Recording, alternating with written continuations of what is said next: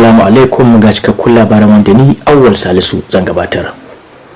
Gwamnan jihar Kano Abba Kabir Yusuf ya ce shawarar da ya yanke ta shiga jam'iyyar APC na da nufin daidaita jihar Kano da tsarin shugabancin kasa domin hanzarta kawo ci gaban jihar.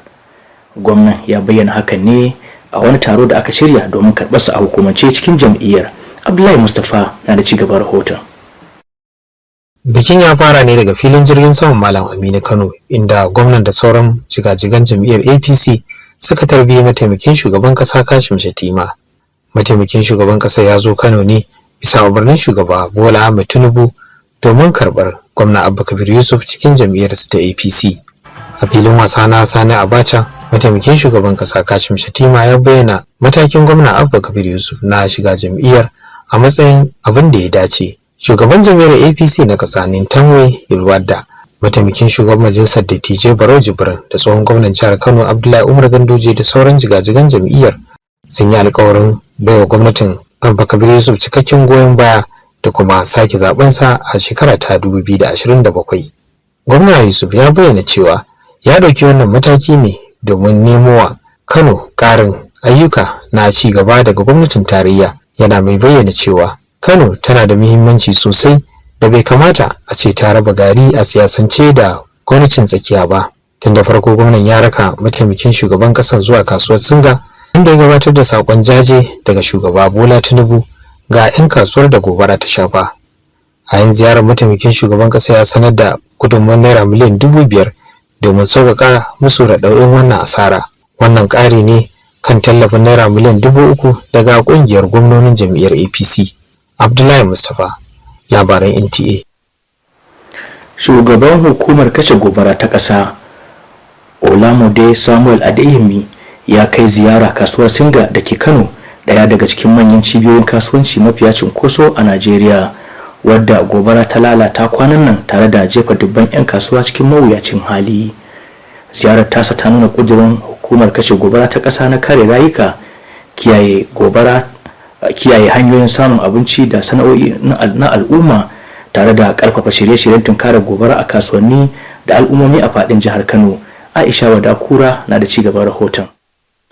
Babban darakta na hukumar kula da gobara Olamide Samuel Adeyemi ya ziyarci kasuwar Singa a jihar Kano, inda gobara ta faru kwanan nan, domin ya duba barnar da ta faru kuma ya gana da shugabannin kasuwar. Ziyarar tasa ta biyo bayan umarnin shugaban kasa Bola Ahmed Tinubu domin gudanar da cikakken bincike kan musabbabin gobarar. Wannan ziyarar nasa ya zo ne mana jaje, sannan kuma ya bi umarnin shugaban kasa na Najeriya President Bola Ahmed Tinubu, wanda ya bada umarnin cewa lallai a yi bincike sannan a duba makasudin wannan abu da ya faru a kasuwa guda a tsakanin sati biyu da aka samu gobara mummuna mara kyau, sannan a duba hanyoyin dakile sake faruwar irin wannan al'amari da kuma kasuwannin da suke jihar Kano da ma Najeriya gabaki daya. A yayin tattaunawa da 'yan jarida, babban daraktan kula da gobara na Najeriya ya bayyana cewa bincike na ci gaba domin gano musabbabin tashin gobarar. Ya jaddada muhimmancin wayar da kan jama'a game da kiyaye gobara, sannan ya yaba wa al'umma kan goyon bayan da suka bayar ga ma'aikatan gaggawa yayin wannan iftila'in. Ya kamata kuma mutane su san cewa mallakan kayayyakin da muke kiransu da sunan first aid firefighting equipment tana da muhimmanci, musamman ire-iren su fire extinguisher da fire blanket suna taka rawa idan wuta ya zo. Tun tana jaririya Allah ya so da za a iya dakile ta ko a hana ta faru. Haka kuma ya bayyana shirin karfafa kayayyakin yaƙi da gobara, ciki har da buɗe sabon ofishin wuta a kasuwar Singa, wanda zai taimaka wajen hanzarta taimako da inganta ayyukan hidima a faɗin jihar. Aisha Wadakura, a labaran NTA. Masu kallon labaran na zuwa muku ne daga nan tashar NTA Kano. A dakace mu.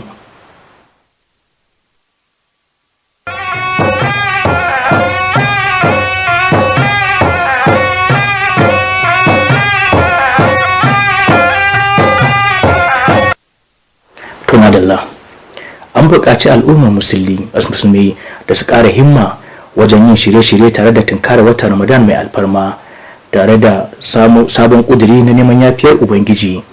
An yi wannan kira ne domin tunasar da al'ummar musulmi akan muhimmancin rungumar ɗabi'un ibada, kamun kai da tausayi gabanin zuwa watan mai alfarma. Murtala Abdullahi Hamza na da ci gaban rahoton. Watan Ramadan wata ne mai alfarma a musulunci wanda ake sadaukarwa ga ibada, bayar da sadaka, neman gafara da aikata ayyuka alheri. Bisa wannan dalili ne Imam Zakariya Umar ya buƙaci musulmi da su fara shirin azumin watan ta hanyar ƙara yawan ibadunsu tun daga ranar da sarkin musulmi ya sanar da ganin jinjirin watan. Mutum ne da ba shi da wata rashin lafiya da za ta hana shi azumi a likitanci, amma in ya sha wahala abin zai ba shi wahala sosai, ƙila wata lalurar ta shigo, to malaman hikima suka ce zai tanadi abubuwan da ta kamata yi wanda zai sassauta wa kansa waɗannan ayyukan, tunda kwanaki ne ƙididdigaggu, sai i tanadi na ayyuka da yawa da ya san za su ba shi matsala ko za su taso da wasu larurori a jikinsa, to yi ƙoƙari ya ga cewa ya tanadi yadda za a yi ba zai shiga wannan yanayin ba, ballantane larurar ta zo, ballantane ta hana shi tsayuwa ga ayyukan da Allah ta'ala ya dora masa a wannan wata. Ya kuma yi kira ga musulmi da su yi amfani da wannan lokaci wajen yi wa Najeriya da shugabanninta addu'a domin samun zaman lafiya, haɗin kai da ci gaban ƙasa. Murtala Abdullahi Hamza, Labarai NTA. Yayin da ake shirin fara azumin watan Ramadan, masana harkokin lafiya na baiwa musulmi shawara su ba lafiyarsu muhimmanci a lokacin watan mai alfarma, musamman ma waɗanda ke fama da cututtuka na dindindin. Elizabeth Ila Lamido na da cigaban rahoton. Watan Ramadan wata ne mai tsarki na azumi, addu'a da tunani, inda musulmi ke kaucewa daga cin abinci da shan ruwa tun daga wayewar gari har zuwa faɗuwar rana. Masana kiwon lafiya sun ce azumi bai da cutarwa idan an bi ka'idojin lafiya da suka dace, tare da kira ga masu fama da cututtuka irin su ciwon suga, hawan jini, cututtukan zuciya ko koda da ulcer da su tuntuɓi likitocinsu kafin fara azumi domin duba magunguna da kuma tantance lafiyarsu. Za a samu sauyi na lokacin da za su sha magani. In da mutum ya sha magani su 3 a rana ko su 2, yanzu da shi ma sai ya samu likita ɗin shi ya sauya masa lokacin da zai sha magani tsakanin lokacin shan ruwa da kuma lokacin sahur. Sannan kuma sai sun kiyaye dukkanin abinci wanda zai iya tayar musu. Dr. Kabir ya shawarci jama'a da su rage yawan ayyuka masu nauyi, su samu isasshen hutu tare da neman kulawar gaggawa idan aka fuskanci alamomi kamar jiri ko rauni. Yana jaddada cewa addinin musulunci ya tanadi rangwame idan azumi zai iya illata lafiya. Masana abinci kuma sun shawarci cin abinci mai gina jiki, shan ruwa yadda ya kamata, tare da rage cin abinci masu yawan mai, sukari da gishiri. Elizabeth Lamido, Labaran NTA. To sai kuma kan al'amuran wasanni.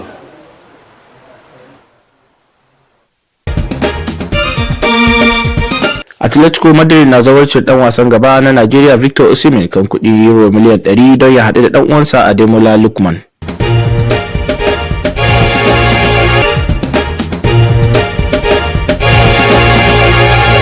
Dan tseren Najeriya mafi sauri a gasar mita 100 Favour Ashe ya sauya kasar da zai rika wakilta zuwa Qatar.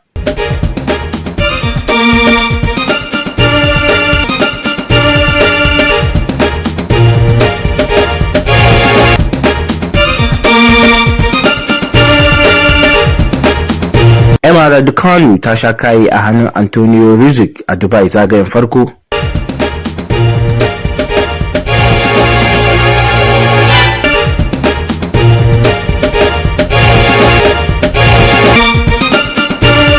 An zaɓi Anthony Edwards a matsayin gwarzon ɗan wasa mafi kima na gasar NBA All-Star Game bayan ƙungiyar USA Stars ta doke USA Stripes da ci 47 da 21. Sai hasashen masana kan yadda yanayi zai kasance a gobe a nan Kano da ma wasu daga cikin biranen ƙasar nan.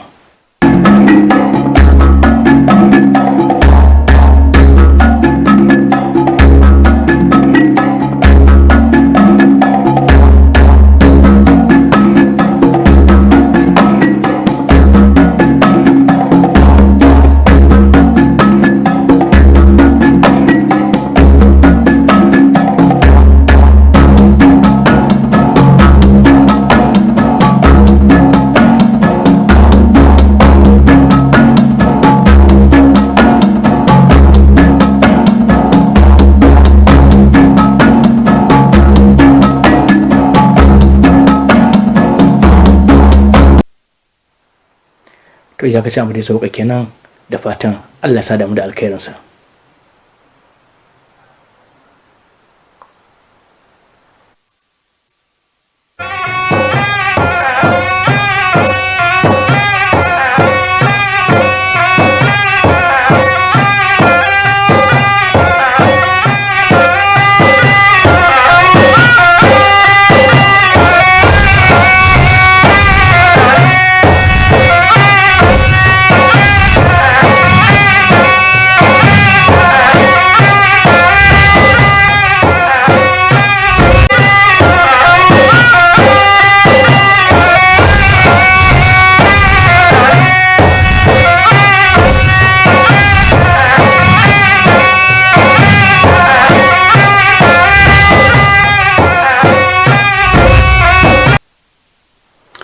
Thank you for joining us on Nta Kano News. I am Masood Aliyu. Kano State Governor Abba Kabir Yusuf says his decision to join the All Progressive Congress (APC) is aimed at aligning Kano State with the Center of National Governance to fast-track development. The governor made the remark at a ceremony organized to formally receive him into the party. Abdullah Mustafa has the details. The ceremony began at the Malam Aminu Kano International Airport, where the governor and other stalwarts of the All Progressives Congress (APC) received Vice President Kashim Shettima. The Vice President was in Kano at the instance of President Bola Ahmed Tinubu to formally welcome Governor Abba Kabir Yusuf into the APC. At the Sani Abacha Stadium, Vice President Shettima described Governor Yusuf's decision to join the ruling party as a step in the right direction, commending what he called a bold and strategic move. National Chairman of the APC Nta Kano, Deputy President of the Senate Barau Jibrin, former Kano State Governor Abdullah Umar Ganduje and other key stakeholders pledged their full support to the governor's administration and his re-election bid in 2027. The decision, Governor Yusuf stated, was driven by the need to attract more federal development projects to Kano State, stressing that the state is too large and strategically significant to remain politically disconnected from the federal government.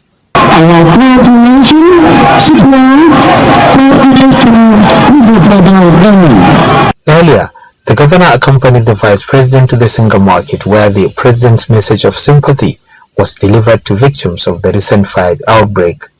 During the visit, Vice President Shettima announced a 5 billion naira federal government intervention fund to cushion the impact of the disaster. The support package comes in addition to a 3 billion naira donation from the Progressive Governors Forum. In Kano, Abdullah Mustafa, NTA News. On safety, the Controller General of the Fire Service, Olamide Samuel Adeyemi, has visited Singa Market in Kano, one of Nigeria's busiest trading hubs, recently devastated by fire that disrupted the livelihoods of thousands of traders. His visit highlights the Federal Fire Service's commitment to protecting lives, safeguarding livelihoods, and strengthening fire preparedness across markets and communities in Kano State. Aisha Wadakura completes the report. The Controller General of Fire Service, Olamide Samuel Adeyemi, visited Singa Market in Kano State, the site of a recent blaze, to assess the damage and meet with market leaders. His visit follows President Bola Ahmed Tinubu's directive for a thorough investigation into the cause of the fire. To use this opportunity also to sympathize with the good people of Kano State, especially the residents and the traders of a Singa Market, for the loss of lives and property worth billions of naira. I've promised between now and Friday some equipments like chemicals, delivery hose will be donated to the state fire service. Speaking to journalists, the Controller General said investigations are ongoing to pinpoint the fire's origin. He stressed the need for public awareness on fire safety and praised the community for supporting emergency personnel during the crisis. 2 weeks, the Honorable Minister visited the Fire Academy in Abuja, which is, by time of completion, is going to be the largest in Africa. We have firehouse and So to train private individual and firefighters on how to carry out search and rescue. He further announced plans to strengthen firefighting infrastructure, including a new fire station at Singa Market, aimed at boosting response times and improving service delivery across the state. In Kano, Aisha Dakura, NTA News. You are watching the news on Nta Kano. There will be more reports after this time out. Stay with us.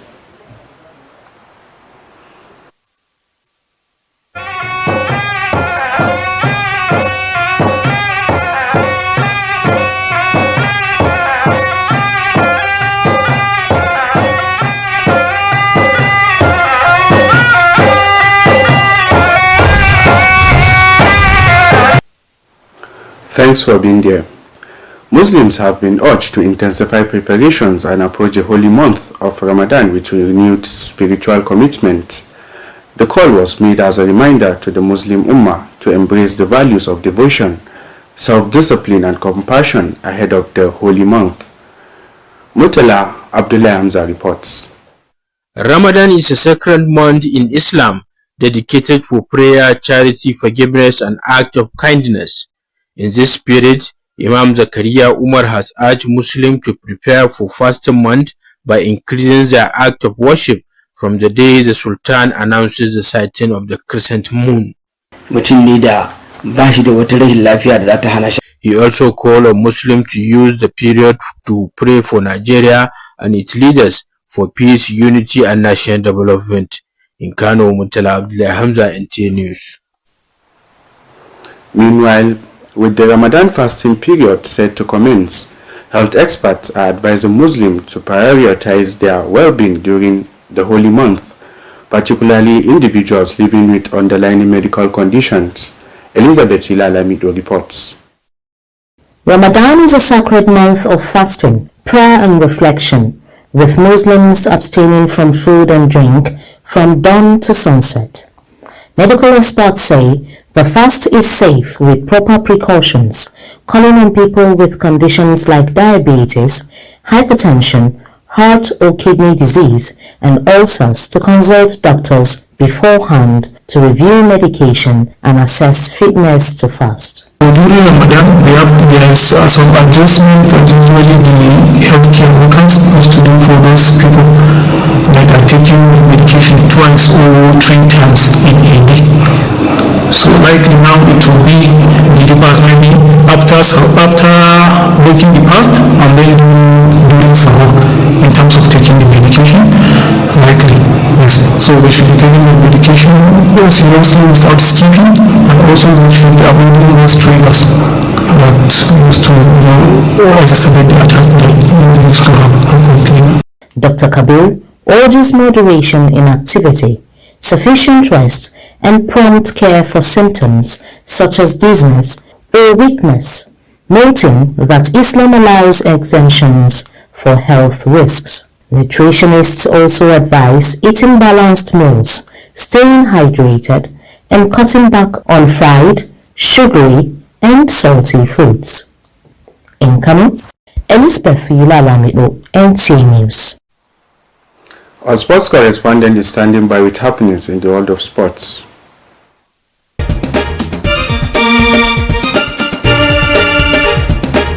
Atletico Madrid eyes Nigeria forward Victor Osimhen for €100 million to pair with Lookman.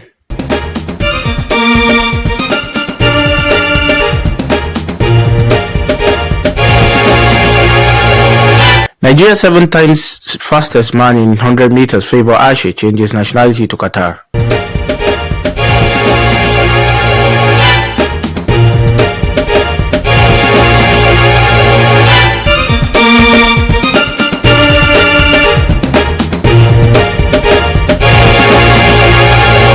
Nta Kano beaten by Anthony Riddick in Dubai first round.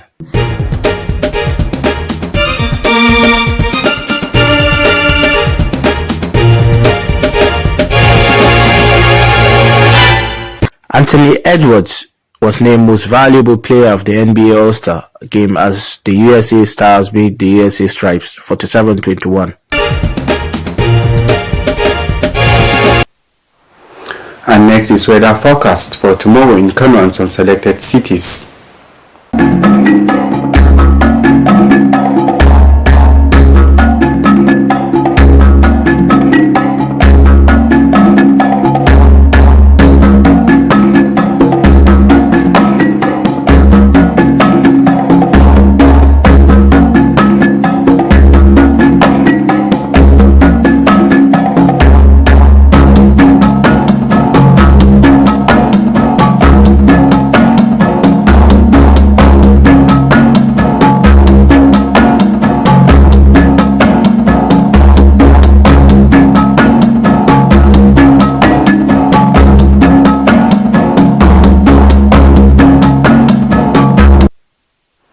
To wrap up this segment, here is a reminder.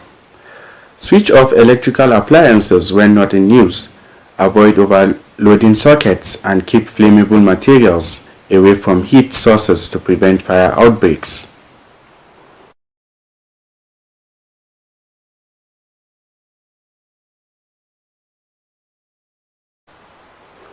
Thank you for watching. Stay safe and goodbye.